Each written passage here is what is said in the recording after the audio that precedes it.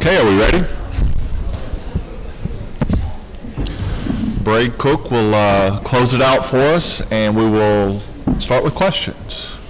Front row. Marissa Martin, ESPNU. There's been a lot of talk about your schedule this upcoming season. Do you think that your schedule is the hardest in the SEC or even college football?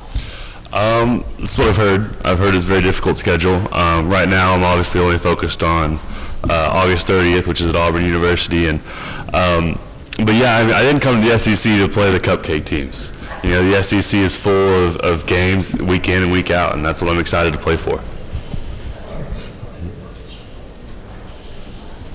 Hey, Brey, Doc Holliday, ABC 24 Memphis. Right, coming off a 3-9 season, what are you all's realistic expectations for this upcoming season? You know, obviously the goal is always Atlanta, and that's something we've been focusing on. We've always been focusing on is Auburn for this summer and last spring, and taking it 1-0, one day at a time, coming in, and each workout, each practice, just focusing on that first game. Hey, Brey. Al Ratcliffe, WIT-TV, Birmingham. What's up with the GoPro in your pocket? GoPro in the pocket. This is going to be a very exciting video. I've actually filmed the entire day, and I mean, I feel like this is an opportunity of a lifetime, and not very many people get to sit in this seat, and I want to bring it home with me. I don't do anything cool besides play football. I don't like snowboard or anything, so that's kind of it. Stu McCann, WBMA-TV in Birmingham.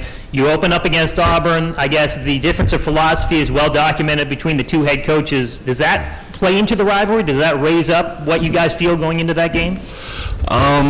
Yeah, not so much for me. Maybe for the defense. For me, it's another game. They're just another team we line up against. Coach Malazan, he's from Springdale. You know, I know him very well, and I know a lot of guys on that team, a lot of friends over there, and I'm excited to go out there and play them. They're just another team in a different jersey. You can stick that on the table. Oh, can I play with it? Yeah, right here. Andrew Alexander, Pelican Broadcasting. How you lost a game last year, really sour taste. Last game of the season against LSU. How are you using that game and the rest of the conference losses as fuel for this season? You know, obviously there's a lot there that we took away from last season. There's a lot of opportunity for us to learn, and we did. And you know, you could see us getting better week in and week out, and kind of slow improvements that maybe the outside didn't see. The wins weren't there, but the improvement was, and it was easy to leave the field and see the opportunity that we had in front of us, and see the progress that we could make, that we had made, and that we could build on. Right here, up front. Hey, Andrew Kaufman from KMU. New rivalry this year with Mizzou. It's the Friday after Thanksgiving. Just your thoughts on getting to play on that big day. You know, it's exciting. Growing up in Springdale, you know, LSU has always been the big bad guy at the end of the year, and that's kind of something I grew up with, but now it's Missouri, and I'm excited to be one of the first teams to kind of start this new tradition. It's been an exciting rivalry for us. Obviously, each game is a rivalry. The SEC is full of incredible teams week in and week out, but I'm excited to end it with Mizzou and start something different.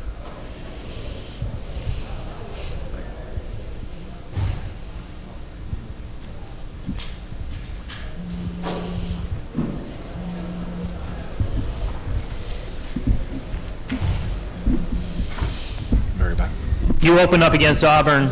Is that a game that you guys really want out of the box? Is that one that you like right off the bat immediately? Definitely. You know, like I said, I didn't come to SEC to play small teams, play cupcake games. You know, I came here to play the big ones, and this is the big one.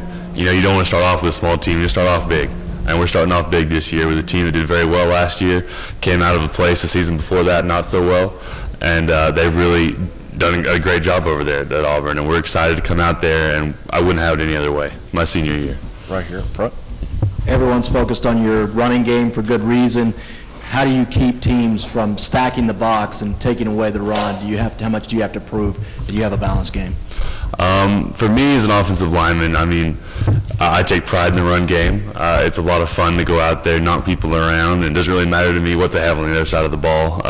Me and the four men next to me, we're going to take care of it, and that's something we've taken a lot of pride in this summer. You know, getting big in the weight room and putting in the extra work so that we can take care of all those defenses. Whatever they throw at us, we're ready to go. Right here in the middle.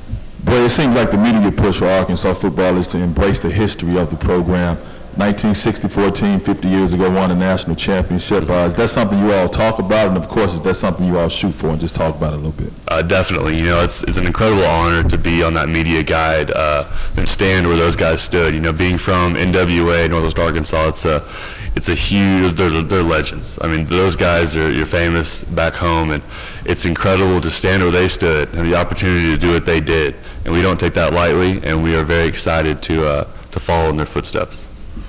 Very back corner. Patrick Claiborne, WIT Birmingham. Was there an adjustment process to get used to Coach Bielema? And at what point last season do you feel like guys bought in to what he wanted to do?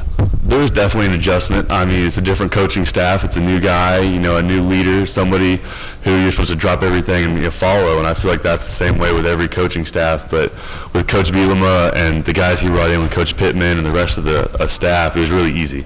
It was easy to see their dream, where they wanted to go, and where they are heading, where they were going. And it was easy to jump on board with them.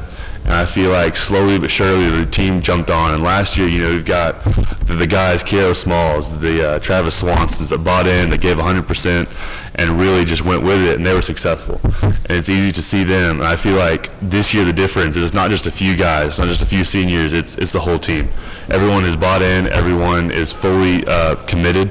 I've never seen a team train as hard as I have this summer than I have the last 4 years. So I'm very excited for them to come out there. Cody Coyle, KBTX, College Station, Texas. What are your thoughts on playing A&M at Jerry World instead of campus sites again this season? It's fantastic. I was here when we had that contract my freshman and sophomore years, and it was unbelievable. Freshman before that. It was so much fun to go out there and play in Dallas. It's a great venue for both teams. Both teams are close, and it's just an unbelievable experience. It's Dallas. Mike Owen, KNWA. Coach Bielema brought with him a philosophy of immediately trying to improve the offensive line. There's been a constant effort, and he said at the end of the spring it still might not be set. There's rumors this summer that you might have a JUCO transfer that could start. There's a regular transfer that may start. What's that like being a lineman? And you guys are working out, but there may be two guys that aren't even there yet that could end up being starters. Yeah, the difference in what we have now is that we have so many guys that could come in and could play. If one of them end up not playing, I mean, they're still right there fighting for that position. It'll be like that all year. I mean, the guys that are there now could start for us and do an incredible job, and I fully believe that, and I fully trust them 100%. With new guys coming in, it brings competition, and it's exciting. Right now we treat it like we have a starting five. We have a starting five that we work with and that we work out with, and it will take that until the season starts. So, what have you seen from Rafe Peavy? And I know that Allen is the starting quarterback, but if something happened, do you think that he could step in and play? Definitely. Brandon's done an incredible job this summer, but behind him, there's guys, there's talent. There's a lot of talent, a couple young faces that I fully would trust coming into the game, and they've done a good job following Brandon and following him, and it really speaks a lot about Brandon and how well he's been able to lead them throughout this offseason. He's done an incredible job at stepping up and being that leader for them.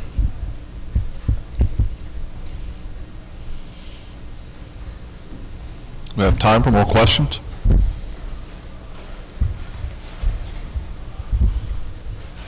Okay, we'll have the second part of our press conference now. Yes, my name is Brey Cook, KNWA from Springdale, Arkansas. I have a question, sir, for a blue shirt right here working on the camera. Yes, sir. What is your off-season camera handling? What does it look like for you? What does a day in, day in out look like? Could you explain that to me? Heavy weights, get the weights? Yes, sir. Okay, yes, sir. And I appreciate it. Now, one more question, red shirt. Yes, sir. Now where are you from? Memphis. What's Memphis like?